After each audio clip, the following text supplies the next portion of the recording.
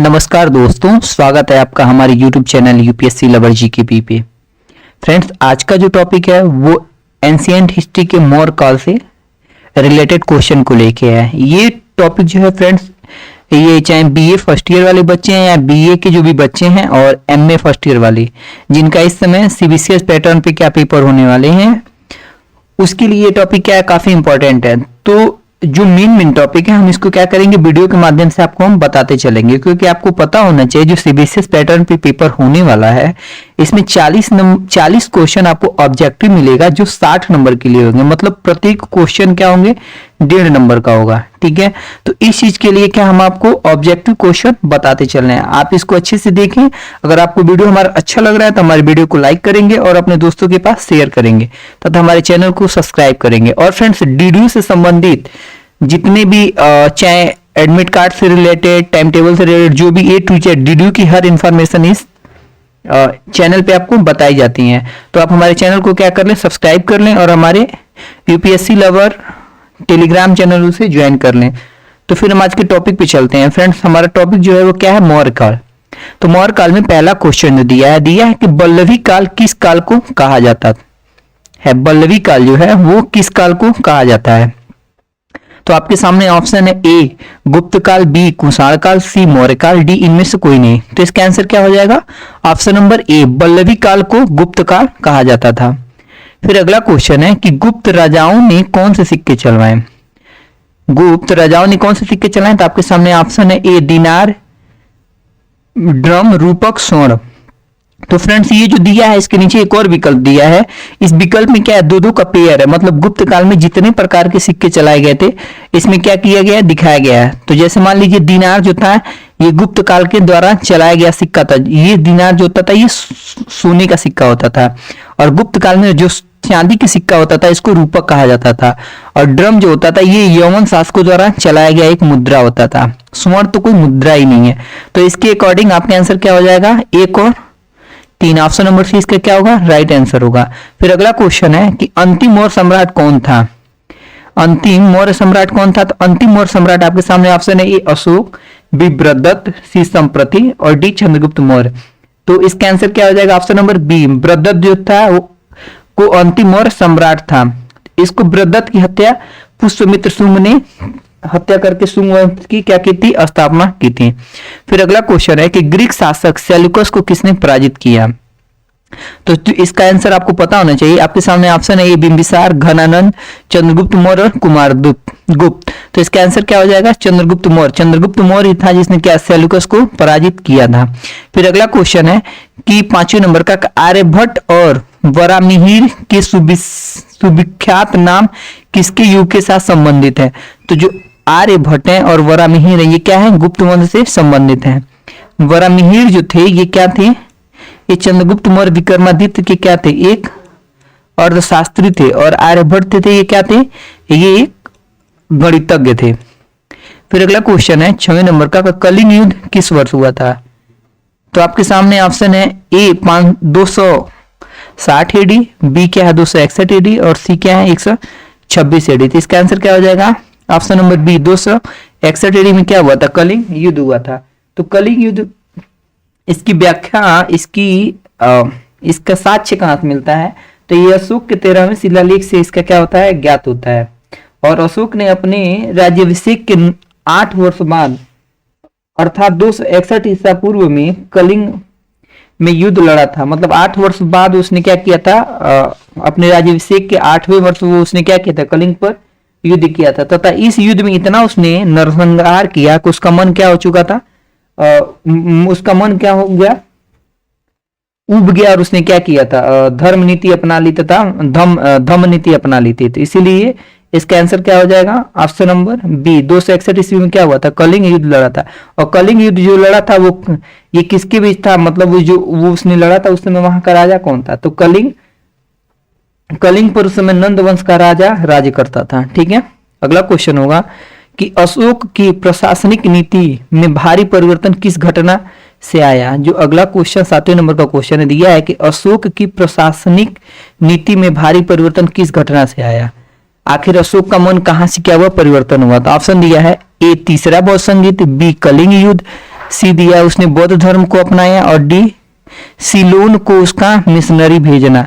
तो अभी आपको हम बताएं कि कलिंग युद्ध से क्या हुआ था, उसका मन परिवर्तन हो चुका था, इसीलिए 20 का क्या होगा, राइट आंसर होगा। फिर 8वें नंबर का क्वेश्चन है कि वह संत जिसने अशोक को बौद्ध के प्रति प्रभावित किया था, तो वह कौन सा संत था जिसने बौद्ध के प्रति अशोक को क्या किया था, प्रभावित किया था। तो इसका ऑप्शन है विष्णुगुप्त, उपगुप्त, ब्रह्मगुप्त, बृहदत्त। तो इसका आंसर क्या हो जाएगा, उपगुप्त। उपगुप्त ही था जिसने अशोक को क्या किया था, बौद्ध धर्म की शिक्षा दी थी। फिर अगला क्वेश्चन है चंद्रगुप्त मौर्य के दरबार में भेजा गया यूनानी राजदूत था। 9वें नंबर का क्वेश्चन है क्या कि चंद्रगुप्त मौर्य के दरबार में भेजा गया यूनानी राजदूत था। ऑप्शन है ऑप्शन कौटिल्य, बी है सेल्यूकस निकेटर, सी है मेगस्थनीज, और डी क्या है, जस्टिन। फ्रेंड्स तो इसका आंसर क्या हो जाएगा फ्रेंड्स, इसका आंसर होगा option number C Megasthenes. Megasthenes क्या था, जो चंद्रगुप्त मौर्य के दरबार में यूनानी शासक सेल्यूकस निकेटर सिकंदर का क्या था, सेनापति था, जो उसके पूर्वी साम्राज्य का उत्तराधिकारी था। और इसने मेगस्थनीज ने क्या किया था, इंडिका नामक पुस्तक की रचना की थी।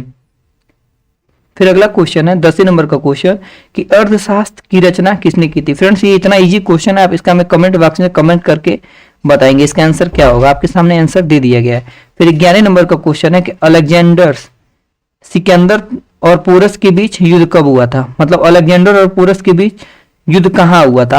आपके सामने ऑप्शन है ए रावी नदी के तट पर, बी झेलम नदी के तट पर, सी पानीपत, और डी तराइन। तो इसका आंसर क्या हो जाएगा, झेलम नदी के तट पे क्या हुआ था, अलेक्जेंडर और पोरस के बीच युद्ध लड़ा गया था।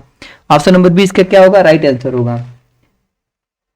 इसको हम बता नहीं, अलेक्जेंडर जो सिकंदर की बात की गई है, सिकंदर और राजा पोरस के मध्य 326 ईसा पूर्व में यह युद्ध लड़ा गया था, और यह युद्ध बिस्ता या झेलम नदी के तट पर लड़ा गया था। एक और इसको नाम से जानते हैं, किसका, बितिस्ता नाम से जाना जाता है। फिर अगला क्वेश्चन है कि सेल्यूकस निकेटर को किसने हराया था। आपके सामने ऑप्शन दिया है अशोक, बी दिया है चंद्रगुप्त मौर्य, सी दिया है बिंदुसार, और डी दिया है मीनांडर।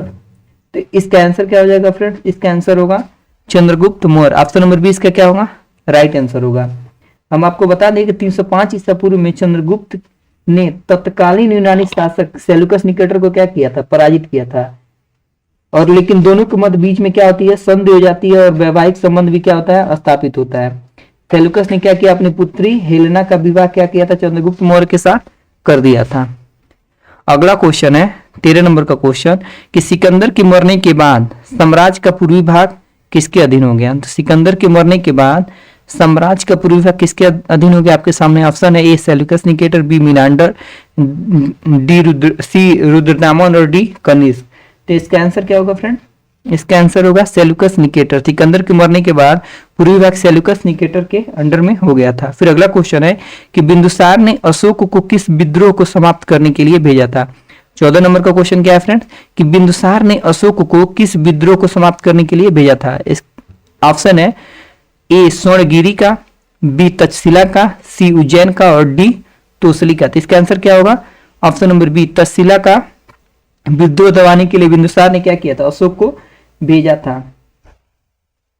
और ये फ्रेंड्स बौद्ध धर्म ग्रंथ दिव्य प्रदान से क्या इसका पता चलता है। बिंदुसार के समय में तक्षशिला में क्या हुआ था, 2 विद्रोह हुआ था, जिसका दमन करने के लिए अशोक को पहली बार भेजा था।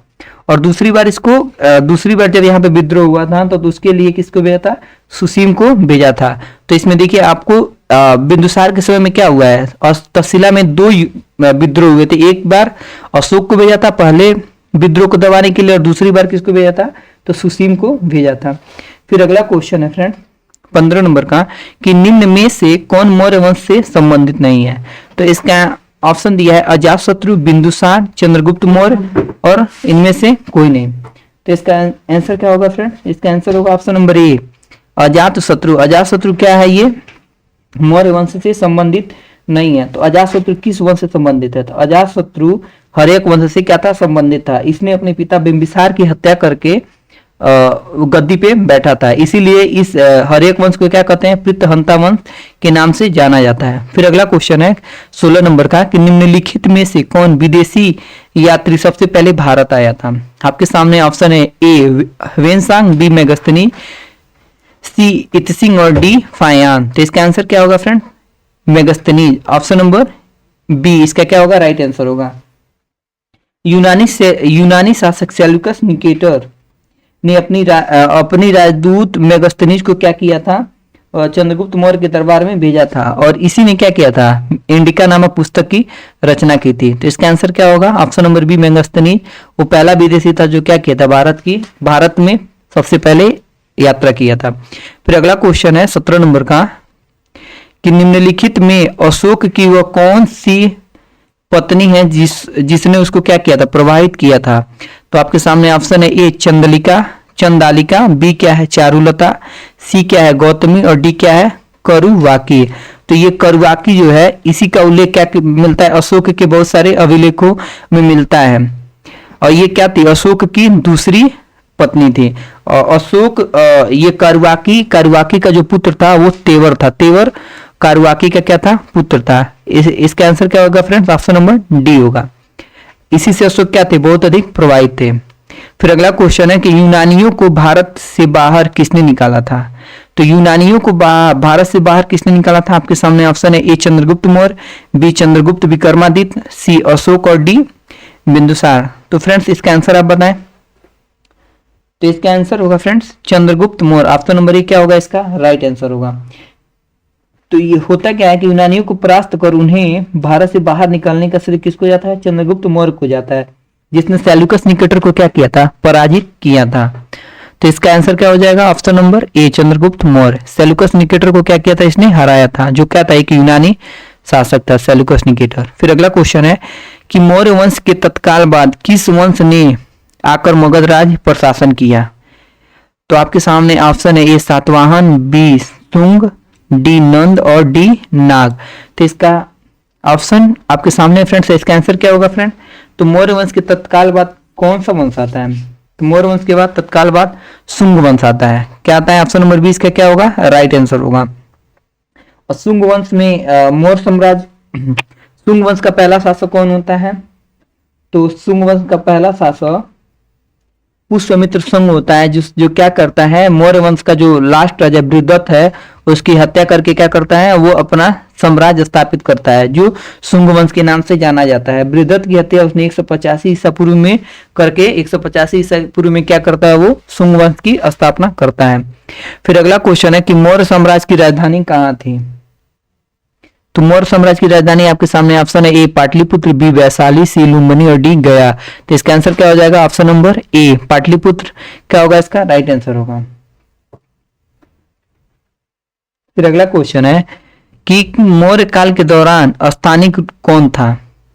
21 नंबर का क्वेश्चन है कि मौर्य काल के दौरान स्थानिक कौन था? ये स्थानिक कौन था, इसके बारे में आपके सामने ऑप्शन दिया है क्या? जिला प्रशासक, बी प्रांतीय शासक, सी ग्राम प्रशासक, और डी नगर प्रशासक। देखिए फ्रेंड्स, इसमें से एक कोई क्या कहते हैं? स्थानिक कहा जाता था। बाकी जो तीन बचेगा उसका आप हमें कमेंट करके बताएंगे कि ये तीनों का नाम किस किस नाम से जाना जाता है।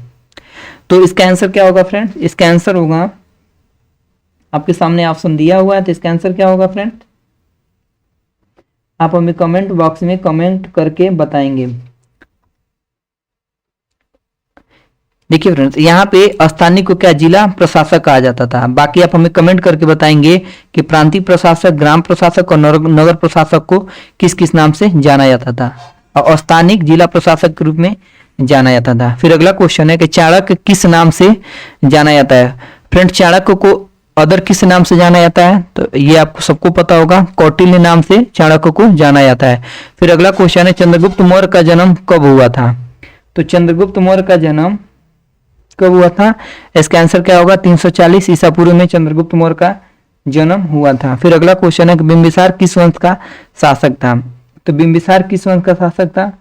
इसका आंसर क्या हो जाएगा? आपके सामने ऑप्शन दिया है, ए हर्यक वंश, बी मौर्य वंश, सी शुंग और डी नंद वंश। तो इसका आंसर क्या होगा? हर्यक वंश। बिंबिसार ही था जो हर्यक वंश का संस्थापक था, तथा इसका पुत्र अजातशत्रु ने क्या किया था?